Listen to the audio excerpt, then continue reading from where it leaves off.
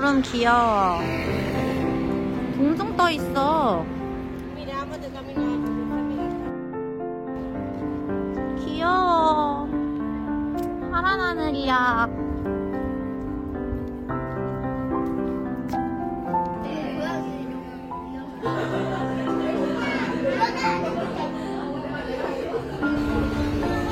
끝났어. 너무 빨리, 너무 늦게 했어. 이런. 까하멜인가? 까라멜인가? 야, 역시 디저트의 나라. 한 입에 1000칼로리. 역시 디저트의 나라. 와. 여기도 빵 파는지 몰랐다. 가서 타야 돼.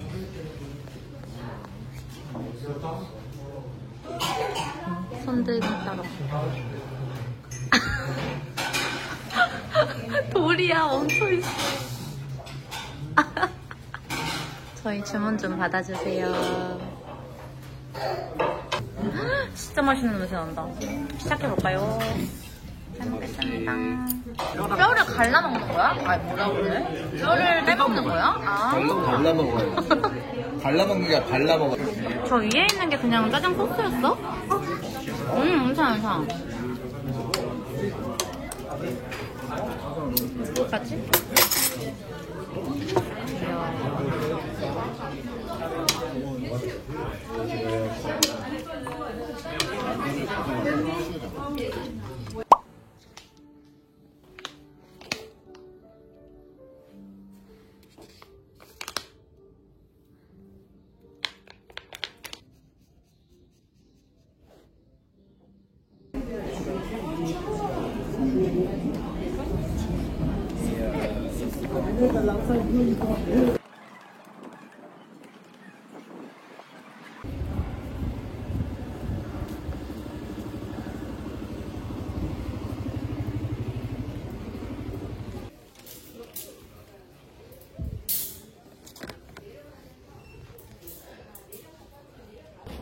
Bonjour, excusez-moi. Bonjour. Est-ce que vous avez physiogel? Physiogel, oui.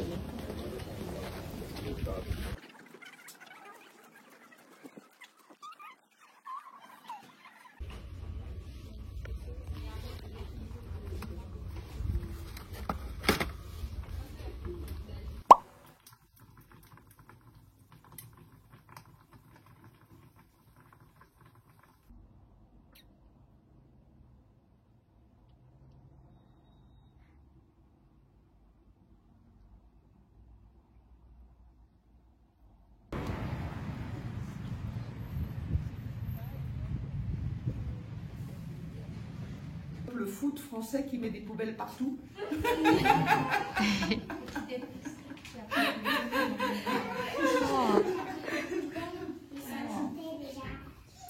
Vous me dites, Clara, quand on commence. Certains sont reconnus au niveau même de l'Union européenne comme des appellations contrôlées spécialement, etc. Parce qu'il y a derrière non seulement une texture, etc., mais tout un savoir-faire, toute une histoire. Donc c'est vraiment un patrimoine de la France. Et comme vous le voyez, quand vous promenez en France, partout vous allez trouver des spécialités, sauf en Bretagne. En Bretagne, vous avez un phare, vous n'avez pas de fromage. Pourquoi? Parce que dans ce pays qui était très pauvre, parce que l'histoire du fromage, c'est très vieux. Dans ce pays qui était très pauvre, le fromage, le lait, on le faisait plutôt caillé. Est-ce que vous savez que c'est du lait caillé? C'est un peu comme du yaourt liquide. Et ça s'appelait du ribot, et ça s'appelle toujours. Et on prenait ça, liquide, avec les galettes. Vous savez, on mange des galettes et des crêpes. Et on prenait ça avec les galettes et les crêpes. On faisait des laits caillés. Mais on ne faisait pas vraiment de fromage dur. De fromage, vous voyez, comme vous avez là sur le plateau. Des fromages, voilà. Donc c'était plutôt un peu liquide, des fromages frais. Et pas vraiment. Maintenant, ils commencent à faire des fromages. Mais ce n'est pas une tradition. Mais sinon, vous voyez que partout, c'est une tradition. Et il y en a partout en France. Vous allez trouver des moyens pour le conserver. Et donc, grâce à ça, eh bien, on a pu inventer donc ces différents fromages parce qu'il y a beaucoup de calcium, beaucoup de protéines, c'est très très bon et c'est très très bon à manger aussi. Donc ça a été le début du fromage. Et tout au long de l'histoire, les Français ont été très très intéressés par le fromage. Et donc au XIIIe siècle, donc vous voyez c'est il y a longtemps, au XIIIe siècle, eh bien, les fermes vont se diversifier et on se rend compte que pour faire du fromage, il faut beaucoup de vaches. Et donc, que ce soit à la montagne ou à la campagne, eh bien, on va élever des grands troupeaux de vaches, et vous allez voir comment, d'ailleurs, de façon différente, entre la montagne et la campagne, et ça va faire partie de la tradition du pays, de la vie du pays, de la vie rurale, et vraiment de l'histoire du pays. Il reste une comme ça, et on va le mettre dans des moules pour qu'il s'égoutte et qu'il sèche. Et quand on veut aller plus loin, on peut en rester là, ça fait des fromages frais. Et si on veut des fromages affinés, donc on va envoyer le fromage à l'affinage. Donc ça, c'est pour toutes les pâtes qui ne sont pas cuites. On verra après les pâtes cuites, mais là, c'est les pâtes qui ne sont pas cuites. Ici, ils sont appellation d'origine protégée. Celui-là aussi. On vous a pris des bons vins, vous voyez. Donc ça ne s'applique pas seulement au fromage, mais à des produits du terroir qui sont fabriqués d'une façon élaborée avec des savoir-faire spécifiques et sur un endroit du terroir spécifique. Puisqu'en fait, vous n'allez pas avoir les mêmes raisins, les mêmes laits, les mêmes conditions selon les terroirs. Donc vous ne pouvez pas faire du camembert en montagne. Ça ne peut pas s'appeler du camembert, par exemple, puisque vous n'allez pas avoir le même lait, la même fabrication, etc. Donc ça doit être fait dans un endroit spécifique et avec un savoir-faire spécifique pour pouvoir avoir cette appellation, donc appellation d'origine contrôlée. Et cette appellation, elle est donnée par l'Institut national de l'origine et de la qualité, qui vérifie tout ça, etc. Donc vous voyez, c'est très contrôlé et ça doit répondre à tout un savoir-faire. En fondu, en raclette, toutes les façons, et ils sont très très appréciés. Et donc, là ici, vous voyez, même chose.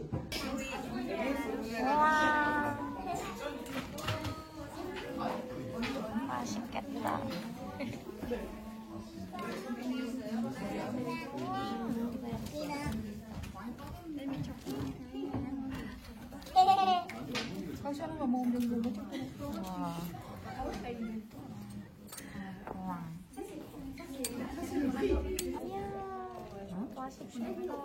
Voilà, ça c'est du bleu d'Auvergne.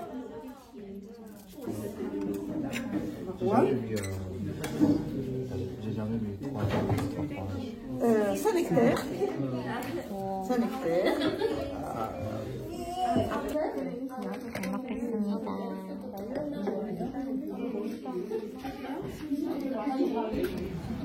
인형 맛집 도착. 투아푸아. 꿀리드 삐몽이라고? 예스.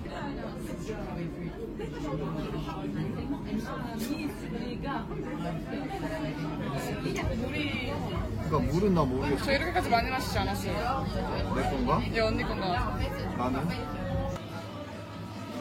얼굴 안 보이는데 귀여워. 와, 아니 파이브가이즈의 밀크쉐이크가 바닐라 말고 프레즈랑 오레오가 있다는 사실 아셨나요? 아니요. 귀여워. 저희 좀 못 찾아서. 인형 덕분에 세상을 알아가고 있는 90년대 사람들. 아, 인형이도 90년대지? 그럼요.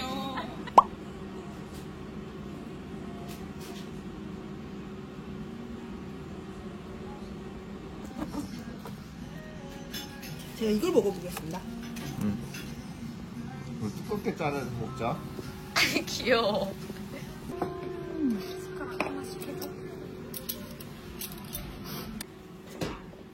만나서 반갑습니다. 잘 먹겠습니다.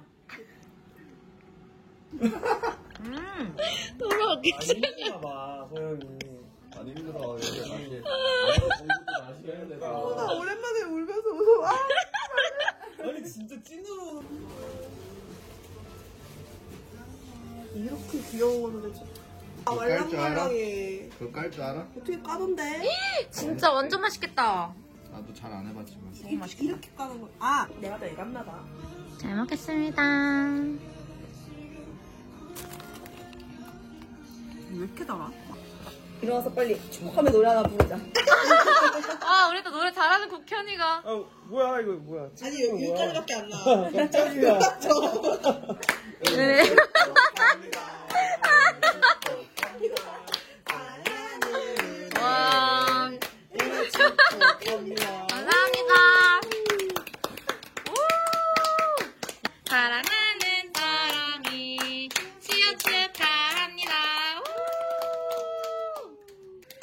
현준 축하합니다. 졸업 축하합니다. 사랑하는 국현이 졸업 축하합니다.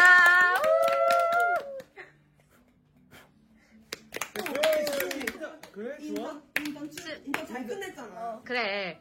그럼 뭐라 불러줘? 인턴 잘 끝낸 거 축하합니다. 그리고 축하합니다. 사랑하는 준이 인턴 잘 끝난 거 축하합니다.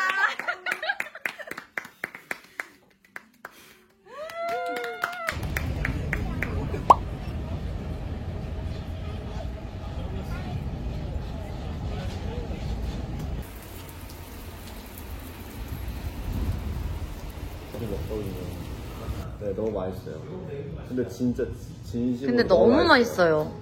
진짜로요. 이야, 뭐 먹지?